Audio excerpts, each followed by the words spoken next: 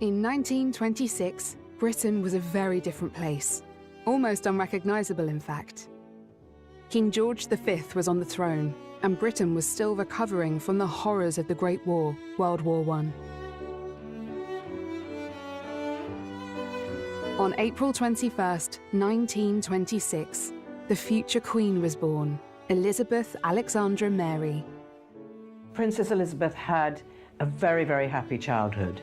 She was born in 1926 in the centre of London, in Bruton Street, and it was 6 weeks before the general strike, so it was a time of great political turbulence.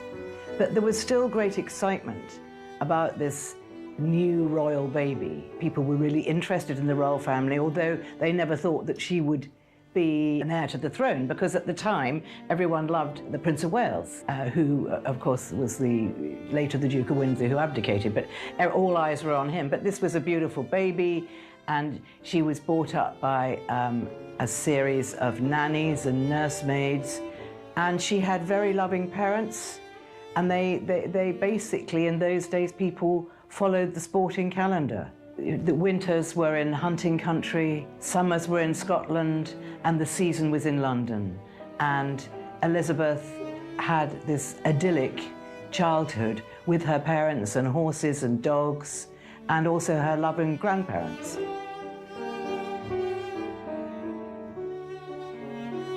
Her father, the Duke of York, later King George VI, was the second son of the king. Her mother, the Duchess of York, later Queen Elizabeth, the Queen Mother, was the youngest daughter of Scottish aristocrat Claude Bowes-Lyon. Elizabeth's only sibling, Princess Margaret, was born in 1930. The two princesses were educated at home under the supervision of their mother and their governess, Marion Crawford. Lessons concentrated on history, language, literature, and music. Princess Margaret was born in 1930, and Elizabeth looked after her. She was always really kind to her little sister, a beautiful little sister, and they had a very, very close relationship. They looked after each other, but obviously Elizabeth was the oldest, and so she kind of took charge of her little sister. During her grandfather's reign, Elizabeth was third in the line of succession to the British throne, behind her uncle Edward and her father. Although her birth generated public interest, she was not expected to become queen, as Edward was still young and likely to marry and have children of his own, who would precede Elizabeth in the line of succession. When her grandfather died in 1936 and her uncle succeeded as Edward VIII, she became second in line to the throne after her father.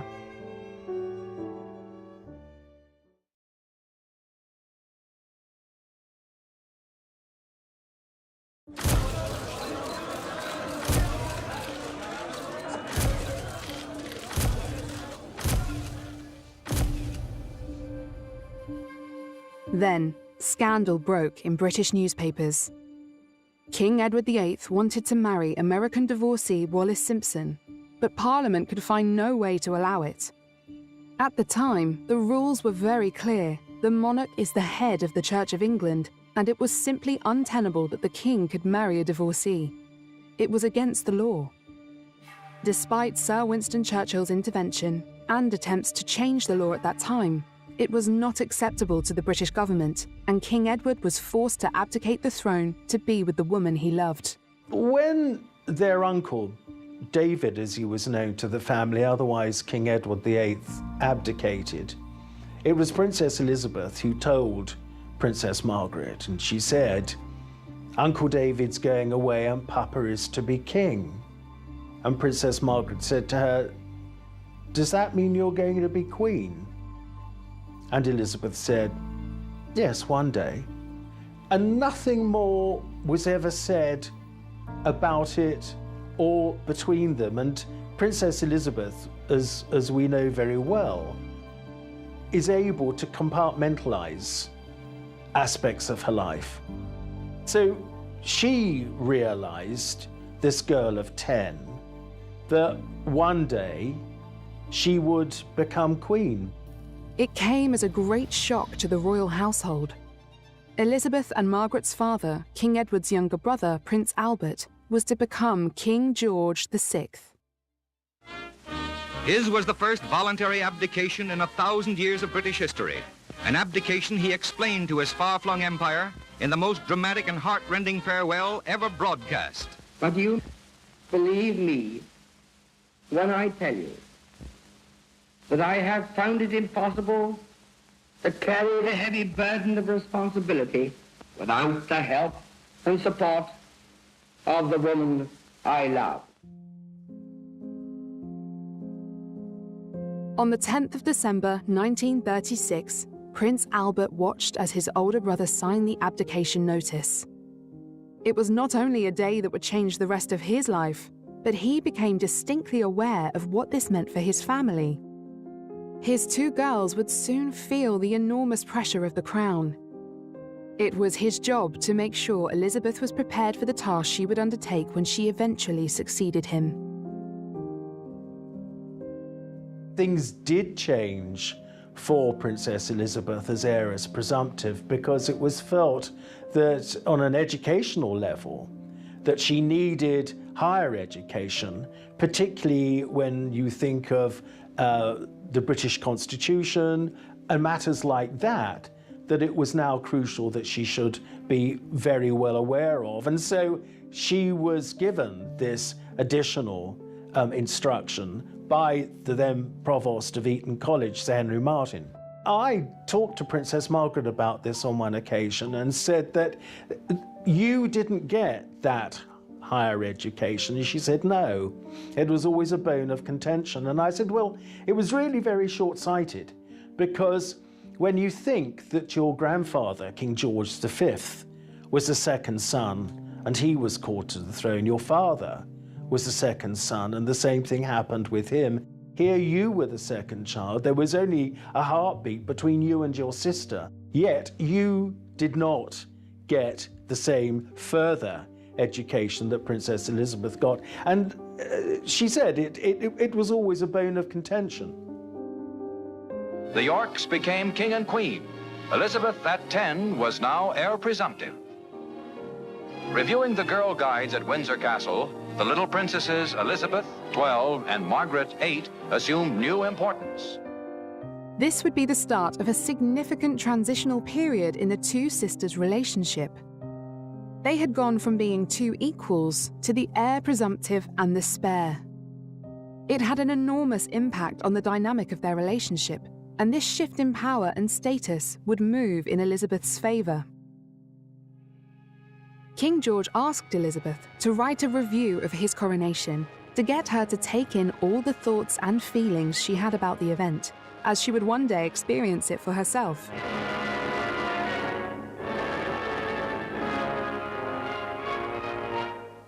Next, His Majesty is to be presented with the Holy Bible. To enable him to receive it, the Lord Great Chamberlain draws off the jeweled glove, after which the Bible can be delivered. Elizabeth's admiration for her papa was made quite evident as she described him as looking very beautiful in a crimson robe, and also how Westminster Abbey was covered with a sort of haze of wonder as papa was crowned. From the coronation chair, His Majesty goes to the chair of state for his inthronization. For royal families, as for the rest of us, life has its times of sorrow as well as joy. With this royal family, the British peoples have shared both. To the King, who in his own words now enters upon a new life, and to his charming Queen, Britain and Empire wish many years of happiness. Long may they reign. God save the King.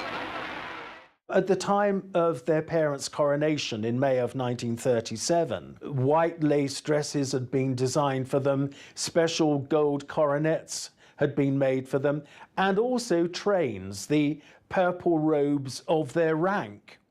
And Margaret was a bit bothered by the fact that her train was shorter than her sister's, and she complained about this, and it had to be explained to her that it had nothing to do with rank. She wasn't being demoted in any way. What it meant was that the train was cut in relation to their height. So as Margaret was shorter, she obviously had a shorter train. So there was just that kind of little thing. Why? Well, why doesn't that also apply to me? As she grew up, of course, she knew perfectly well why there would be those kind of certain differences.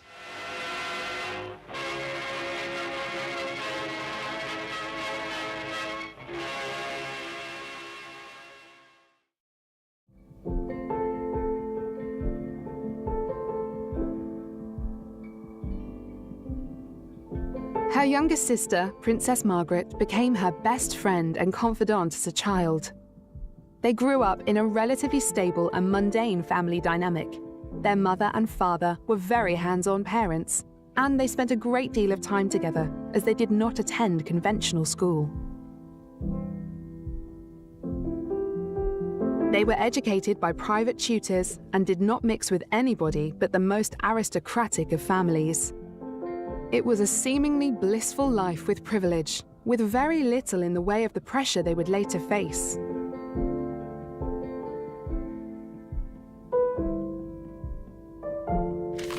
King George VI, he always referred to himself, his wife and two daughters as us four. And they were a royal family within the broader royal family. But because they never anticipated their ranks and their position and their responsibilities changing, they anticipated carrying on as being this very close-knit, very loving us four, you know. So Princess Margaret and her sister did have hugely enjoyable and very loving childhood. When they were children, Princess Elizabeth and Princess Margaret, of course, they had, apparently Princess Margaret had a pretty good left hook. So, you know, and Princess Elizabeth would sometimes complain, Margaret always wants what I want. So I think, you know, what you actually see there between the two of them is sibling rivalry, you know, as there would be with other children, other sisters, other brothers. It's, you know, it's something that one always has to remember, is that essentially these, you know, they may have been princesses, they may have been royal, but they were also human. And, you know, and this was the tone of their lives, that they were very, very close. But of course there were kind of moments where they would kick and they would bite and they would fight, you know, or particularly Princess Margaret would. Even at a young age, differences between the sisters were starting to show. Sir Winston Churchill described Elizabeth as a character. She has an air of authority and reflectiveness astonishing in an infant.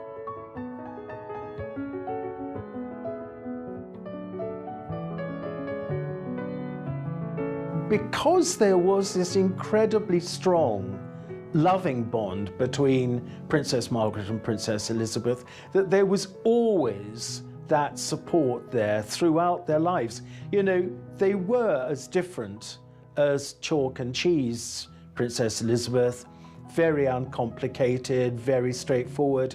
Princess Margaret, very complex. You know, her sister in later life described her as being an enigma. And really, that about sums her up, because she was a very enigmatic personality.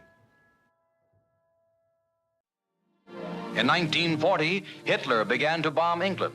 Thousands of children were evacuated, among them Elizabeth and Margaret, now 14 and 10, who were sent up the Thames to a safer haven.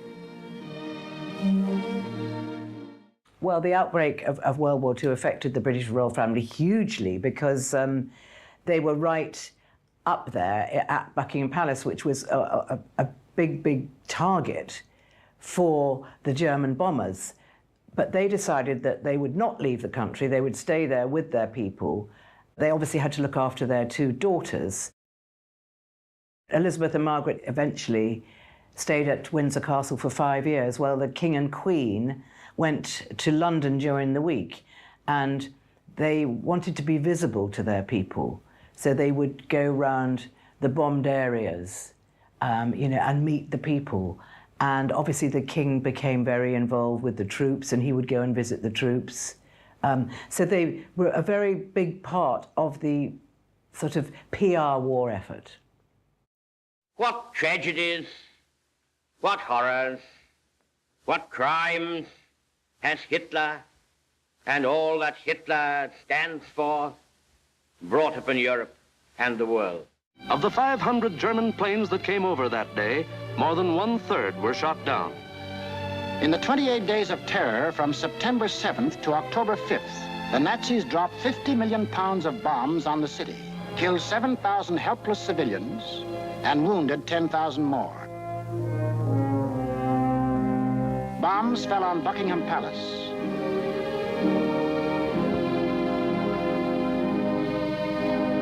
Westminster Abbey,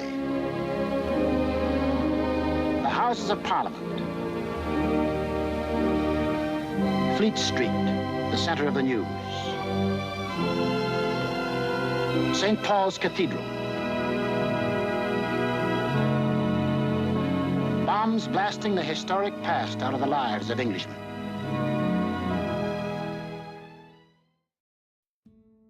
One of their favourite fun activities to entertain themselves and their family was to put on pantomimes. And it was here that Margaret discovered her ability to perform. She took all the attention, and Elizabeth was pleased to stand back and let Margaret enjoy the spotlight.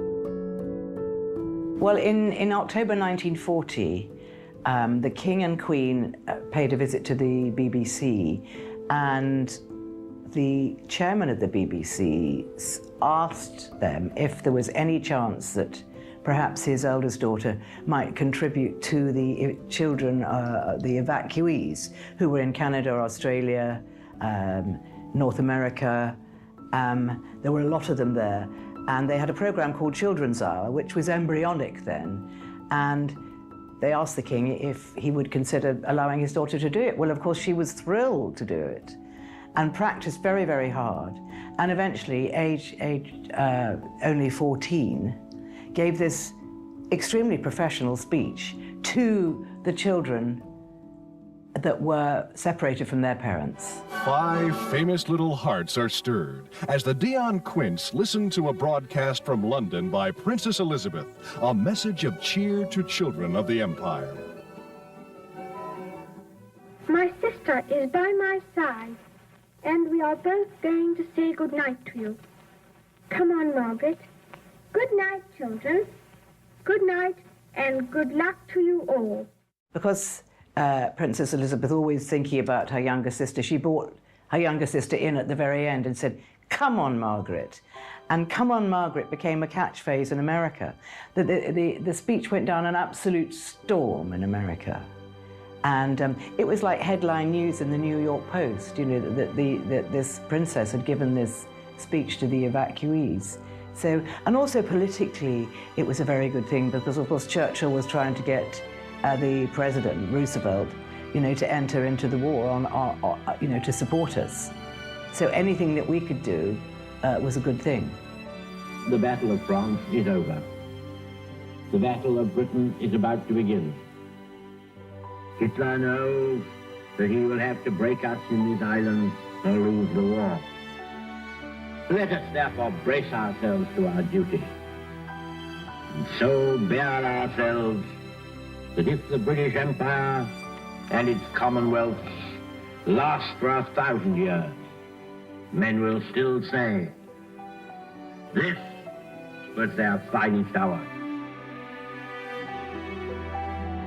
It was a difficult few years for Britons and the two princesses, but they kept each other company and enjoyed their time in Windsor Castle. Like many other British children, they spent much time apart from their parents. Elizabeth and Margaret were true wartime children, and growing up in a time of austerity, even as princesses, would impact them for a long time to come. They took part in the government's Dig for Victory campaign, growing their own vegetables to help fight the food shortages. I think that living 5 years of your childhood somewhere would give you either a loathing or a deep affection for a place, and I think that is definitely where the Queen sort of fell in love with Windsor Castle, which is still supposedly to be her favourite official home. In 1943, Princess Elizabeth undertook her first solo public appearance on a visit to the Grenadier Guards, of which she had been appointed colonel the previous year. Princess Elizabeth joined the Auxiliary Territorial Service, known as the ATS, when she was just 18 years old. She trained as a driver and mechanic, starting at the rank of second subaltern, and later she was promoted to junior commander, which was the equivalent to captain. Princess in overalls, the heiress presumptive to England's throne, learns a few facts about tires and carburetors. Elizabeth is in the ATS, or British WAC, and at the King's request, is being treated just like any other trainee. Now, visited by her parents and sister Margaret Rose at a training station in southern England, she shows them she knows a fan belt from a spark plug all right, and isn't afraid to get her hands dirty. Her father gave her an officer's commission early in March. Papa and Mama seem to approve, too. Daughter is the first woman member of the royal family to join the services full-time. The young princess, who's never set foot in a London bus and was only once in the subway, now drives a truck for the Red Cross. And, come to think of it, can you name a better way for a princess to spend her birthday? Her father's trust and belief in Elizabeth became quite evident. When he went to tour the Italian battlefields during the war, he named her a Councillor of State, which meant she could represent the UK when he was away or unable to do so. She was the first female member of the royal family to be on active duty in the British Armed Forces and is the last surviving head of state to have served in World War II. Hostilities will end officially at 1 minute after midnight tonight, Tuesday, the 8th of May.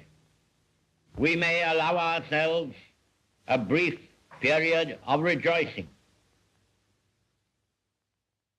Today is Victory in Europe Day. Tomorrow will also be Victory in Europe Day. God save the King.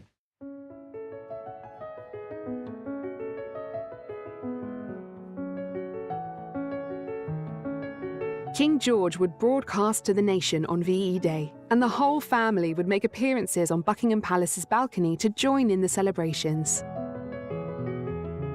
The two princesses pleaded to participate in the celebrations outside of the palace, and they were allowed to sneak out and take part. I remember the thrill and relief after the previous day's waiting for the Prime Minister's announcement of the end of the war in Europe. My parents went out on the balcony in response to the huge crowds outside. I think we went on the balcony nearly every hour, 6 times. And then when the excitement of the floodlights being switched on got through to us, my sister and I realized we couldn't see what the crowds were enjoying. My mother had put her tiara on for the occasion, so we asked my parents if we could go out and see for ourselves. I remember we were terrified of being recognized, so I pulled my uniform cap well down over my eyes. A grenadier officer amongst our party of about 16 people said he refused to be seen in the company of another officer improperly dressed. So I had to put my cap on normally. We cheered the King and Queen on the balcony and then walked miles through the streets. I remember lines of unknown people linking arms and walking down Whitehall, all of us just swept along on a tide of happiness and relief. I remember the amazement of my cousin, just back from 4.5 years in a prisoner of war camp, walking freely with his family in the friendly throng. And I also remember when someone exchanged hats with a Dutch sailor the poor man coming along with us in order to get his cap back. After crossing Green Park, we stood outside and shouted, "We want the king." And we were successful in seeing my parents on the balcony, having cheated slightly because we sent a message into the house to say we were waiting outside. We know that in the days when the war I think it was one of the most memorable nights of my life.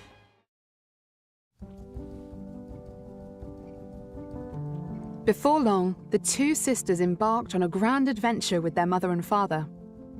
They set off on the first royal tour since the outbreak of World War II, and they made their way to South Africa. Here, Elizabeth celebrated her 21st birthday. She demonstrated her sense of duty and service, making a speech that would captivate her audience as she dedicated her life to the Commonwealth. I declare before you all that my whole life, whether it be long or short, shall be devoted to your service and to the service of our great imperial family to which we all belong. But I shall not have strength to carry out this resolution alone unless you join in it with me, as I now invite you to do. I know that your support will be unfailingly given. God help me to make good my vow, and God bless all of you who are willing to share in it. Princess Elizabeth was a very keen equestrian, as was her sister Margaret. During their spare time, they visited Bonza Beach in South Africa and went horse riding. They enjoyed a brief moment of fun and freedom as they explored the area and spent some time just being sisters, laughing and joking around together.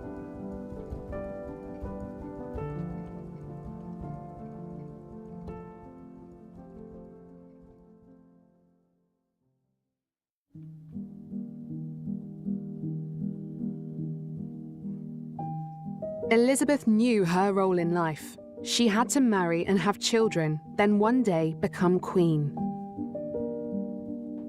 She and Margaret met Prince Philip when they were quite young. Elizabeth was only 13 years old, and Philip 5 years her senior.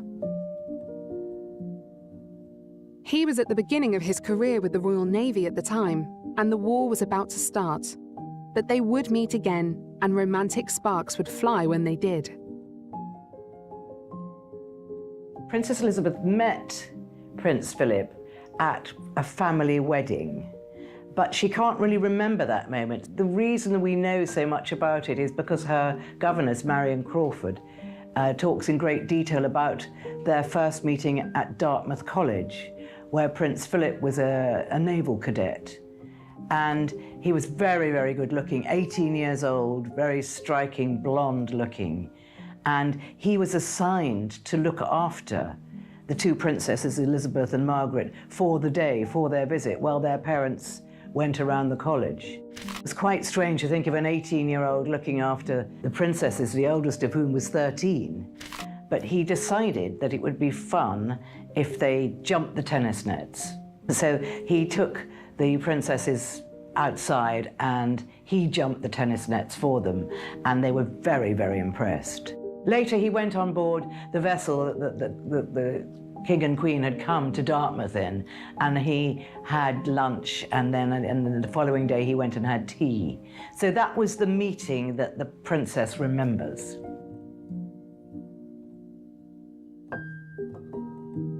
In 1947, 2 years after World War II, Elizabeth and Philip married. It was a very grand affair and lifted the nation's spirits in the post-war austerity.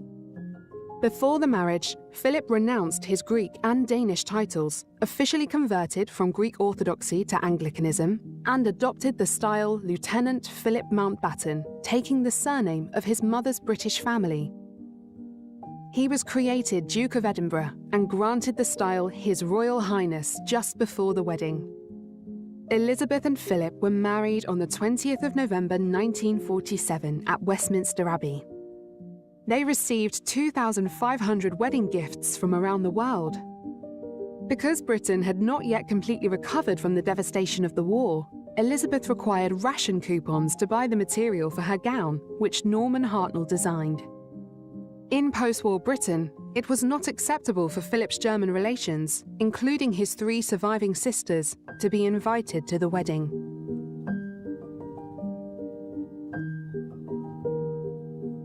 Well, from Prince Philip's perspective, this is someone that had to leave their country.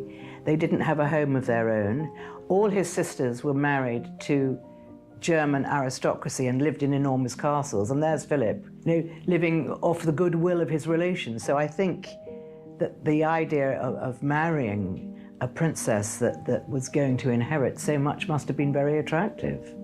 And he was pushed by his uncle, Louis Mountbatten, who was the great kingmaker. And he really pushed Philip into kind of maintaining a relationship with Princess Elizabeth, who she was completely smitten with him from the age of 13. And I think she wrote to him to say, thank you for entertaining us at Dartmouth. And I suppose it gradually kept up. Then, of course, during the time when he was on leave, on shore leave, he often went to stay at Windsor Castle. The puzzle pieces were coming together for Elizabeth, and soon after her marriage, her focus changed to her duties and her new family. She focused on her husband and building a family of their own.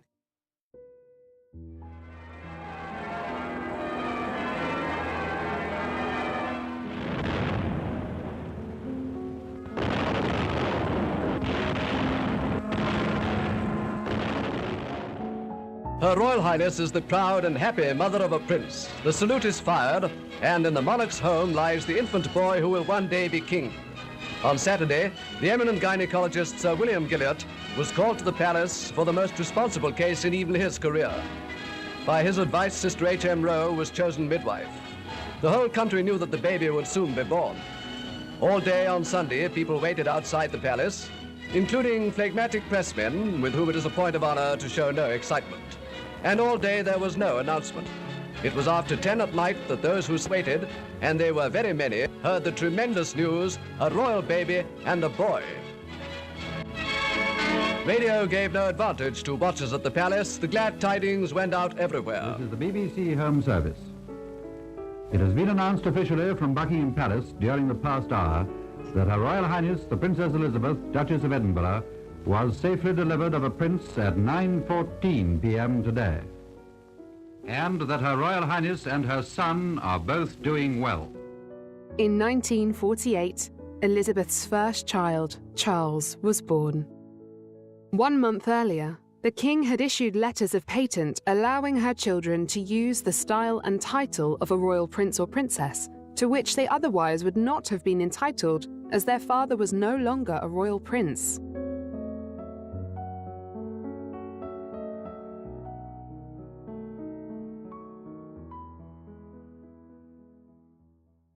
The early years of marriage have set the seal on the happiness of the princess and her husband. The blessing of children has come not only to enrich their lives, but also to establish securely the line of succession. In Prince Charles, the public has acquired a new popular subject of interest, of whom some delightful pictures have been taken.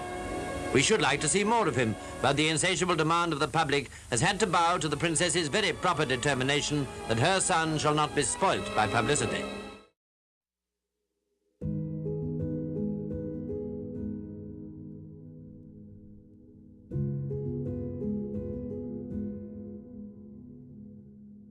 Well, I think the reason that the Queen is referred to by some historians as the unlikely Queen is that, she wasn't prepared to be Queen. She was married in 1947, and she expected to have a proper, long-ish married life before her father,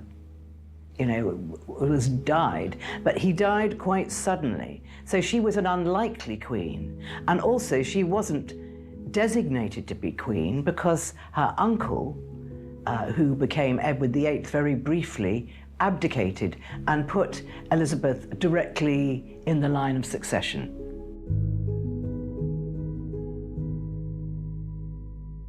During 1951, George VI's health declined, and Elizabeth frequently stood in for him at public events. When she toured Canada and visited President Harry S. Truman in Washington, D.C. in October 1951, her private secretary, Martin Charteris, carried a draft accession declaration in case the king died while she was on tour.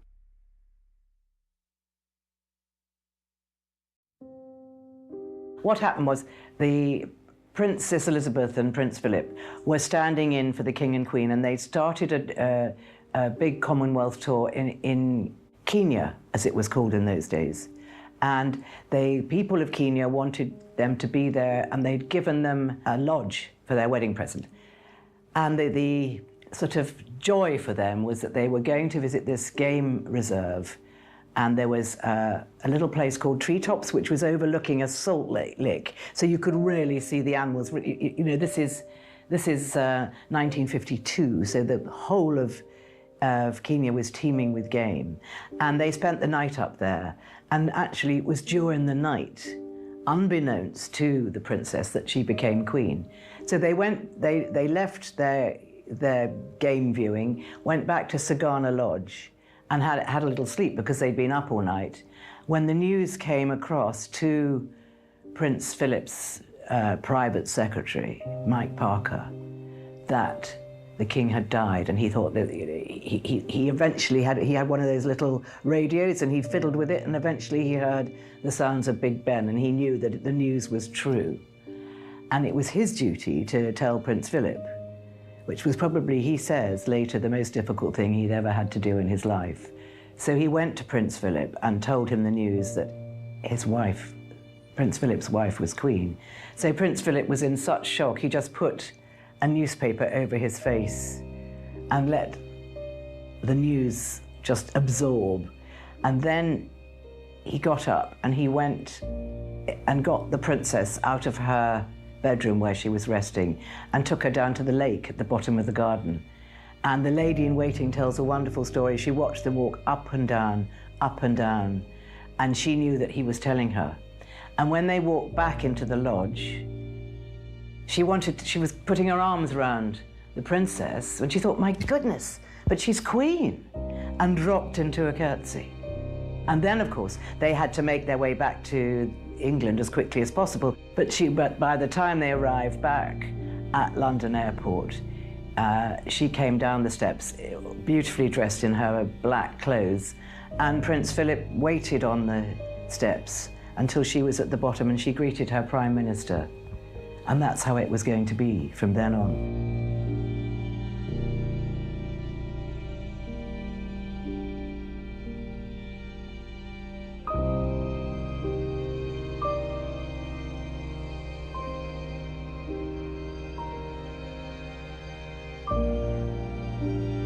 Despite the death of Queen Mary on the 24th of March, the coronation on the 2nd of June 1953 went ahead as planned, as Mary had asked before she died.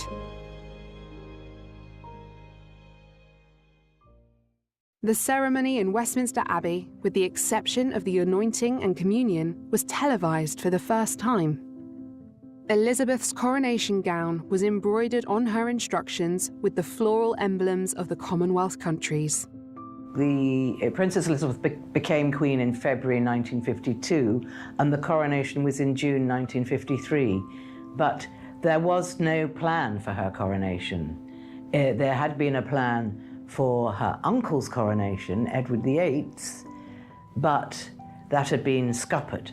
So it takes a long time to pull all the ends together. So it was decided that they would wait until June the following year, and then everything could be lined up, because for a coronation you've got to have all the heads of state from all the various countries, all the Commonwealth. So you couldn't just say, well, we're going to have it in November. Everybody needed time to organize things. Well, the historical significance of the coronation is that it's a very ancient ceremony, and the Queen, as she was by then, but she has to be anointed in the eyes of God, and that is the coronation ceremony. So she sits on the throne in a very simple white linen dress, and she has holy oil put on her forehead, and that makes her queen in the eyes of God, which is why she always said in all her speeches, you know, I will rule and I will do my duty, and as long as I'm fit and able to do so. So it's an anointing ceremony in the eyes of God, and that was the great importance of it. And then, of course, you've got all the pomp and ceremony of all the lords and the ladies and the dignitaries and the heads of state. So it was an enormous undertaking, and it was televised because Prince Philip pushed the idea that it would be a great thing for the country and the Commonwealth and the world even to have this ancient ceremony televised. And it was, and it was taken back to America by plane. And I know the two big networks at the time, which was CBS and NBC, were in a sort of a race against each other to see who could get the film footage first. So there was all kinds of things like that. And although America got a little tiny snippet of the coronation, they didn't have the full ceremony, obviously. It had to be played out in cinemas in those days. Well, when the Queen came to the throne, she was only 26, and Churchill made the remark to his private secretary, but she's a child. But she wasn't a child. She was very sophisticated and mature mentally, and it was a man's world, and you know, women were really subservient in those days, and the Queen was walking into this world of men who were all much, much older than her. And also she hadn't really, you know, been taught. She said there was no way to be taught. All she did was she watched what her father did and followed him. So of course the court was very old-fashioned and very stuffy, you know, because it was really her father's court. It is a real pleasure to have an opportunity so early in my reign of visiting such a beautiful part of the Principality, and to see that the natural beauty of these Welsh hills has not been impaired by this vast work of modern engineering. I thank you, my Lord Mayor, for the kind terms of your loyal welcome to myself and my husband. In declaring open the Clairwan Reservoir, I congratulate you and all concerned with it on the completion of this great undertaking and express my good wishes for its successful operation.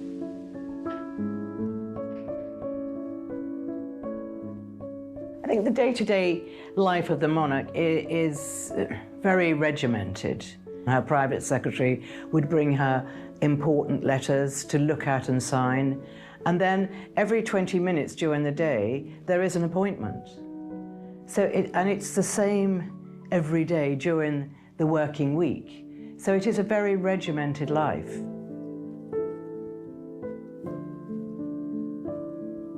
From the young princess to the Queen of the Commonwealth, Elizabeth has continued to fulfill her duties and lifetime of service to the throne.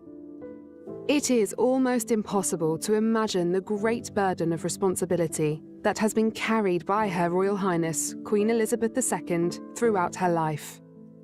Still, in 2022, she celebrates her Platinum Jubilee, marking 70 years since she acceded to the throne after her father's death. Elizabeth renewed her commitment to a lifetime of public service in her Accession Day message, which she originally made in 1947. The Queen does not intend to abdicate, though Prince Charles began to take on more of her duties as she grew older and began carrying out fewer public engagements.